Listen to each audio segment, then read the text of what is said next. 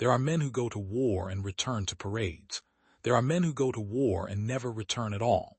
And then there are men who perform acts so extraordinary, so impossibly brave, that their own country forgets them for 70 years. This is the story of one such man, a farm laborer from Texas, a Mexican immigrant who became an American soldier, a man who walked alone into hell with a weapon never designed for the way he would use it. A man who broke an enemy line that had stopped an entire division cold. A man whose name should have echoed through history, but was instead buried beneath prejudice, bureaucracy, and silence.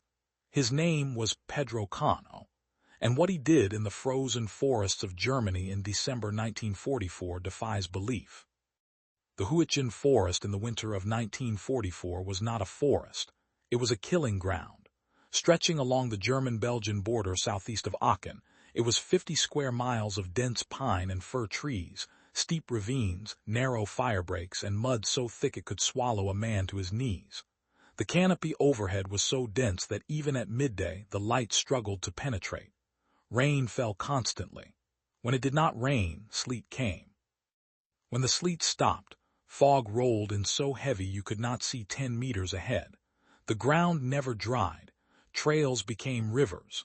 Foxholes filled with water within minutes of being dug. Men lived in a perpetual state of cold and wetness that seeped into their bones and never left. But the weather and terrain were only part of the nightmare. The real horror was what the Germans had built. For months, they had fortified the Hürtgen with a defensive network so elaborate, so deeply integrated into the natural landscape, that it seemed less constructed than grown from the forest itself.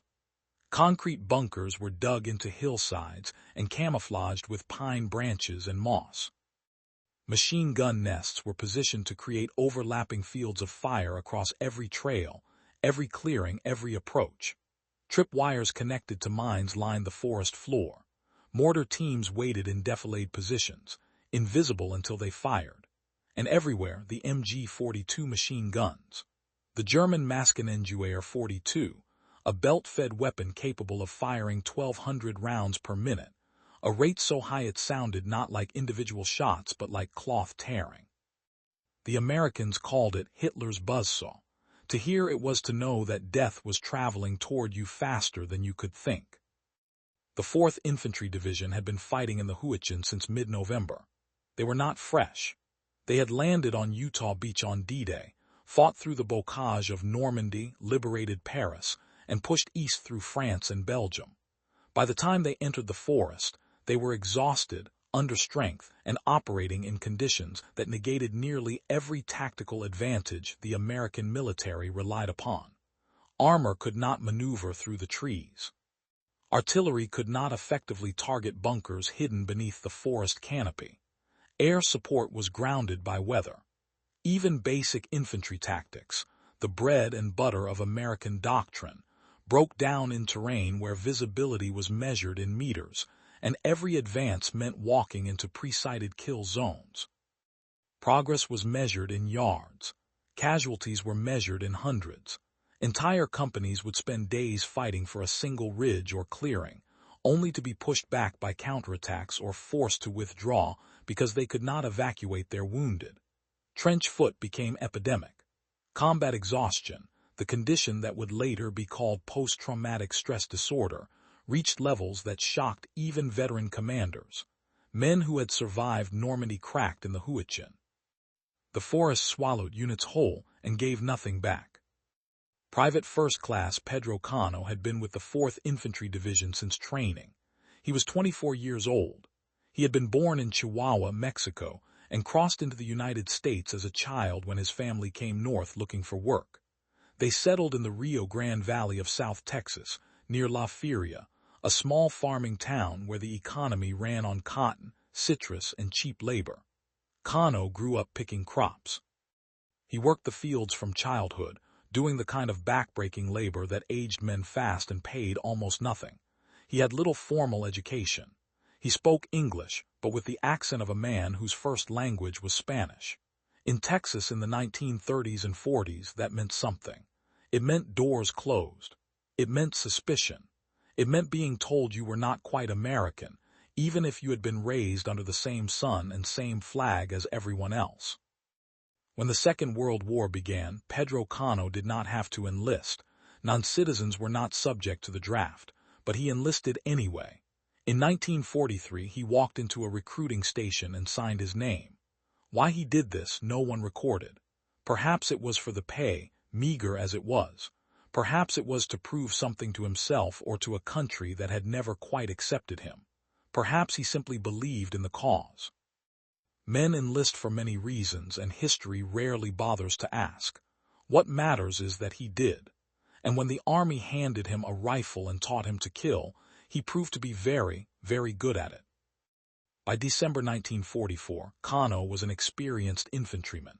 He had been in combat for months. He knew how to move under fire, how to read terrain, how to survive. But experience in the Hürtgen Forest meant something different than experience in Normandy or the Rhineland. In the forest, you could do everything right and still die. You could be disciplined, alert, well-trained, and a piece of shrapnel from a tree burst would kill you anyway. Luck mattered more than skill. And on the 2nd of December, 1944, Pedro Cano's luck was about to be tested in a way no man should ever have to endure.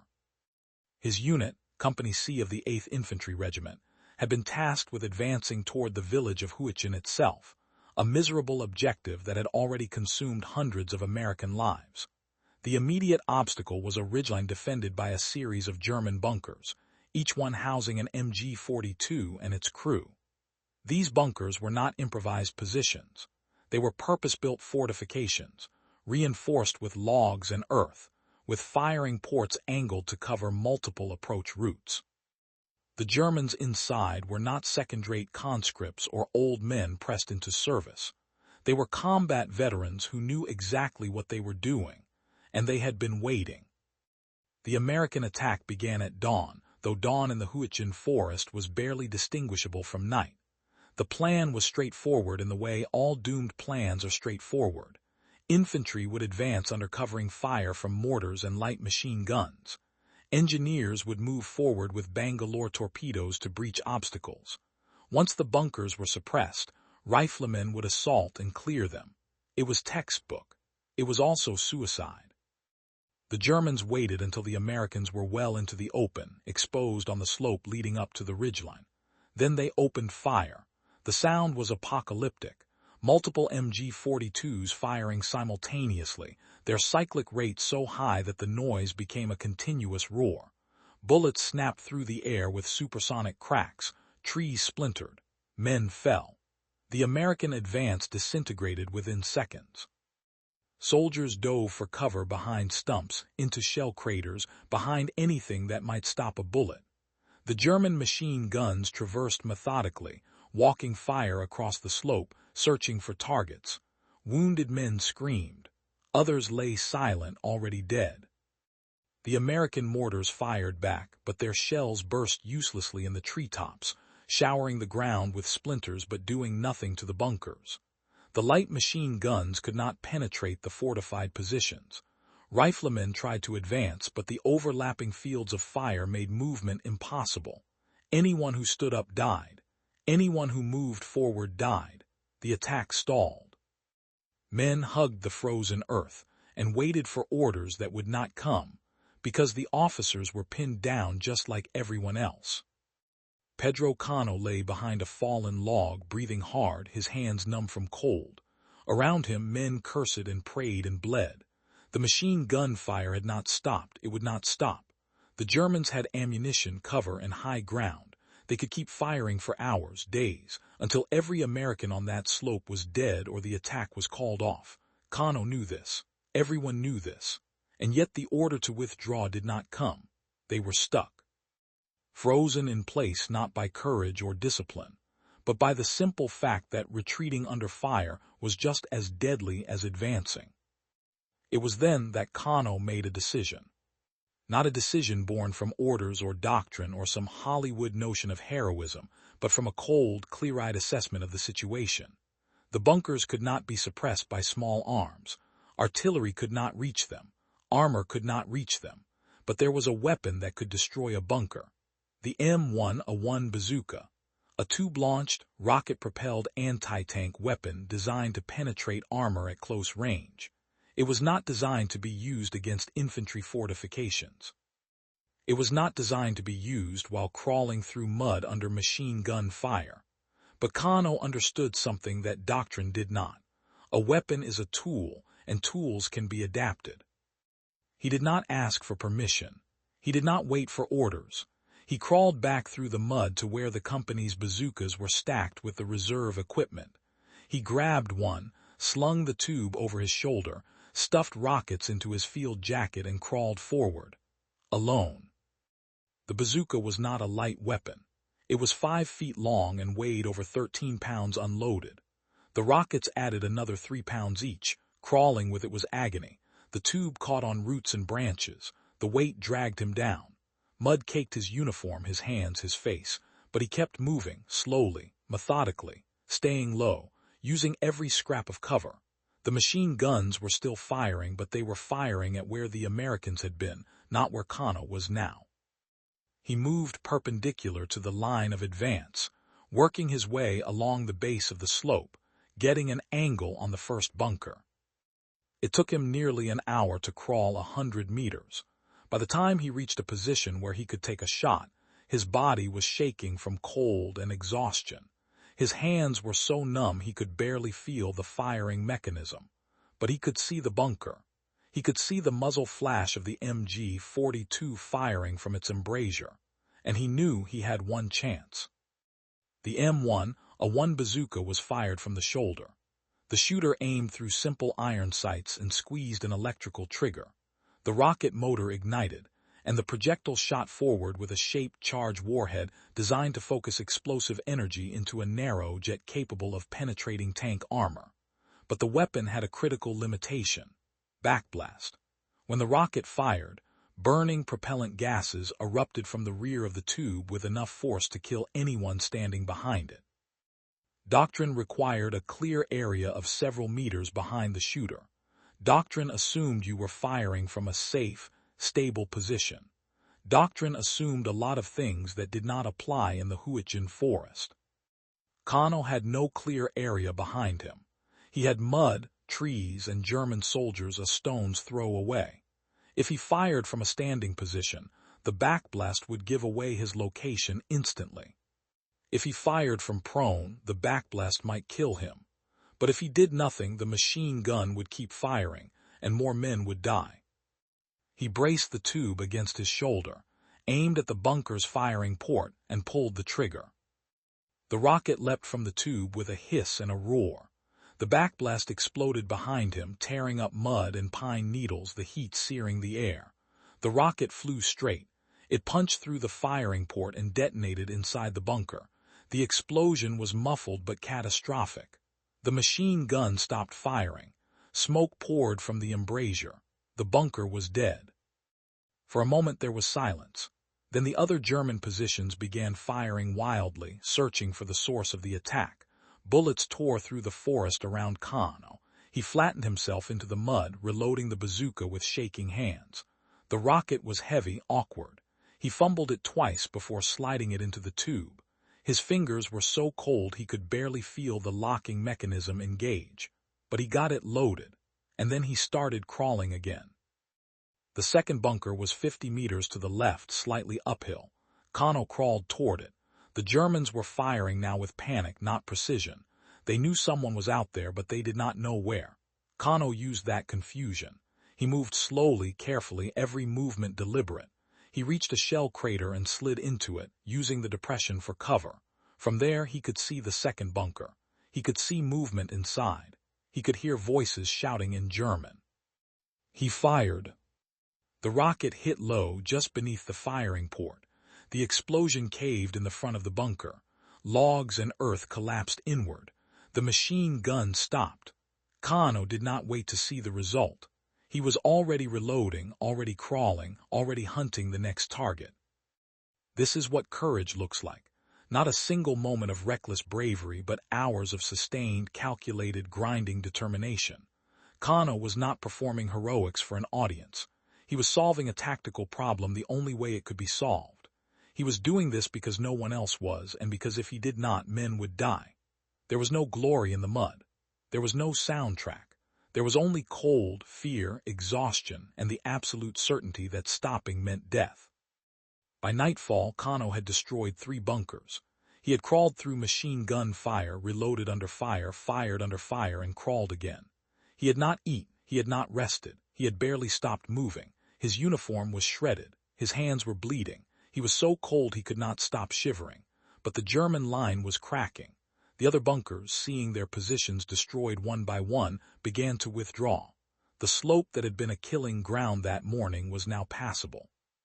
American infantry moved forward. They found the destroyed bunkers, the dead Germans, the expended rocket casings. They found Pedro Cano lying in a shell crater, shaking with cold and exhaustion, the bazooka still in his hands. But the fight was not over. The next morning, December 3rd, the Germans counterattacked. They came back with reinforcements, reoccupied positions along the ridgeline, and brought fresh machine gun teams. The nightmare began again. American infantry was pinned down.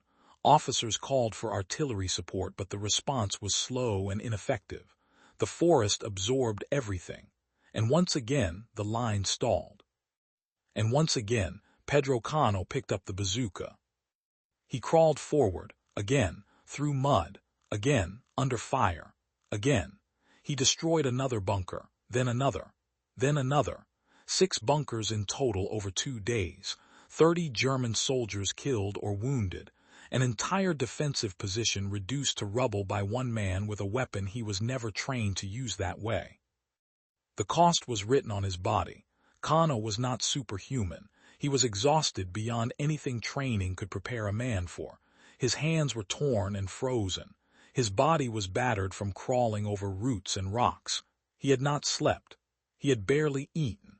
But he kept going because stopping meant his friends would die. Because the mission was not complete. Because that is what soldiers do.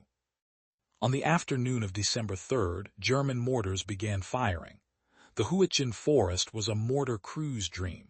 The thick canopy caused shells to airburst above the ground, raining shrapnel downward in a lethal cone. There was no cover from an airburst. You either got lucky or you did not. Pedro Cano did not get lucky. A mortar shell detonated above him. Shrapnel tore into his body. He went down hard, bleeding, unable to move. Medics reached him under fire, dragged him back, worked frantically to stop the bleeding. He was conscious in agony, his body shredded by metal fragments. They loaded him onto a stretcher and carried him out of the forest. His war was over. He survived. The field hospital stabilized him. He was evacuated to a rear area hospital, then eventually shipped back to the United States. The wounds healed after a fashion, but he was never the same. He walked with a limp. He had chronic pain. He had scars that would never fade. And he had something else, a recommendation for the Medal of Honor. His company commander, witnessing what Cano had done, submitted the paperwork. The citation was detailed and glowing. It described actions that were unquestionably deserving of the nation's highest military honor.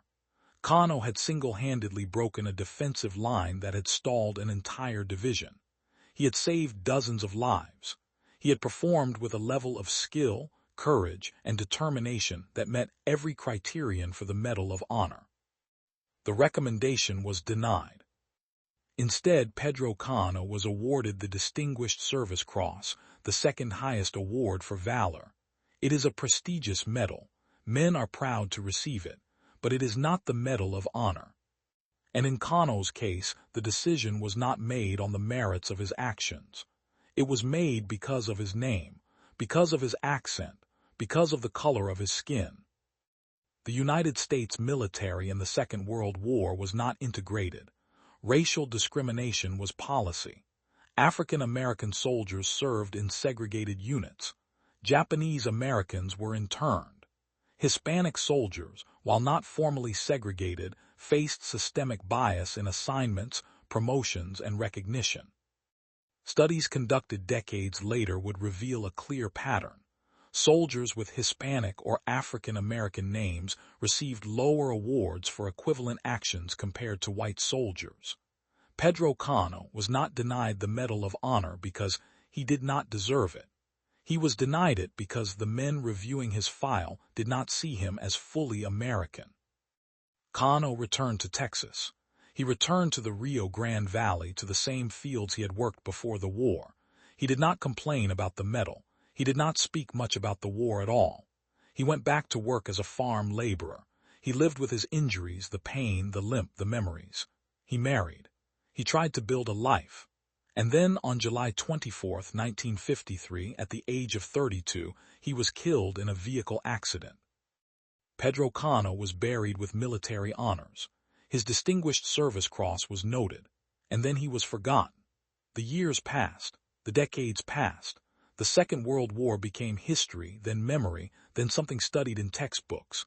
Veterans died. Records were archived. The men who had witnessed Cano's actions either died themselves or carried their memories in silence.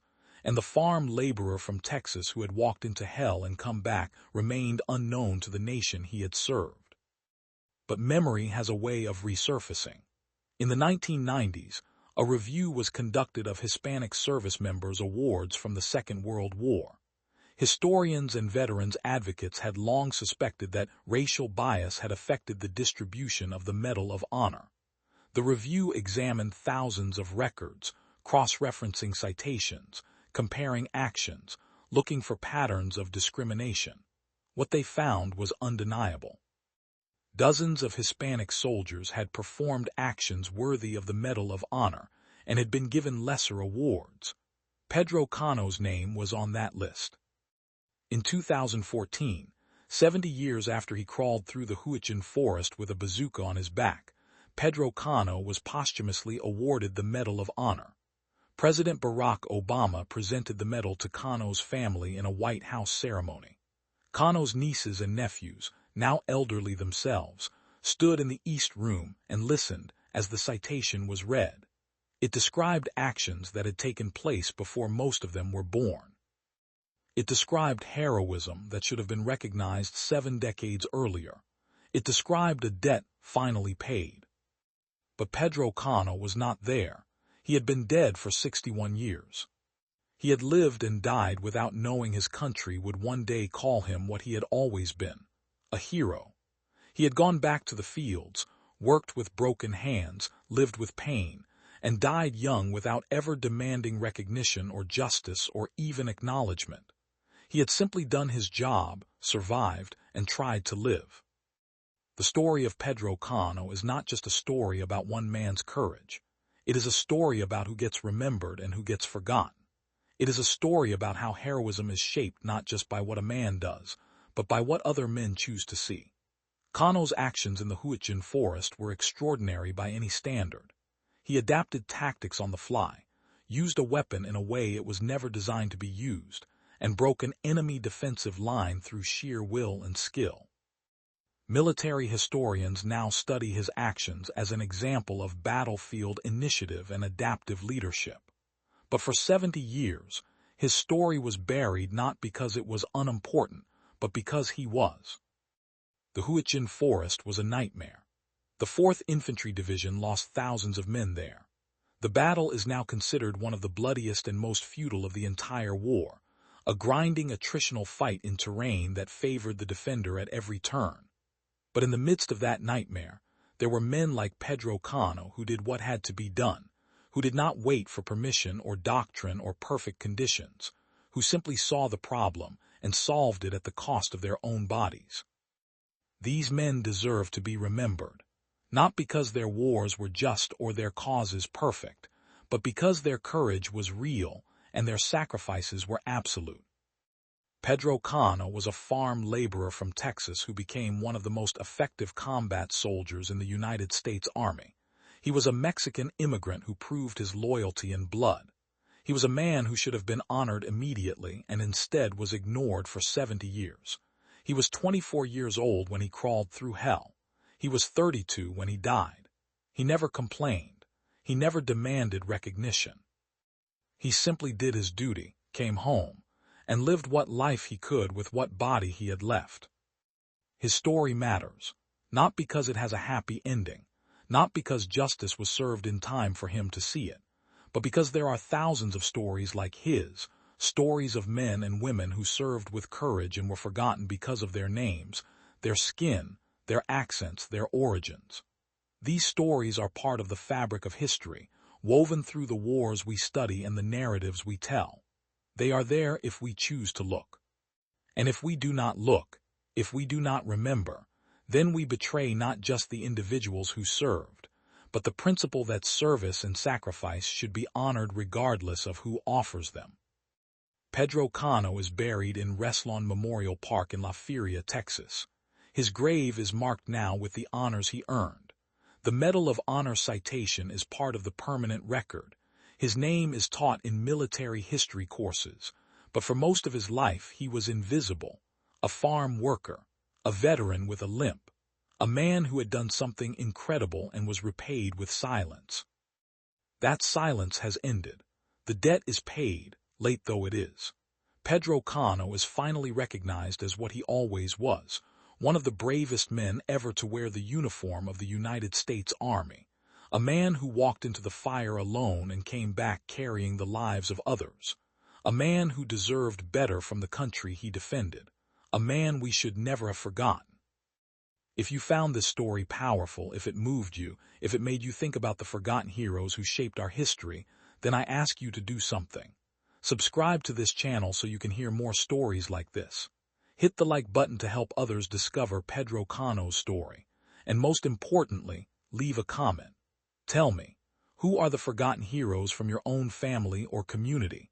What stories of courage and sacrifice have been lost to time? And what do we owe to those who served but were never honored in their lifetimes? I want to hear your thoughts, because these stories matter, and the people who lived them matter.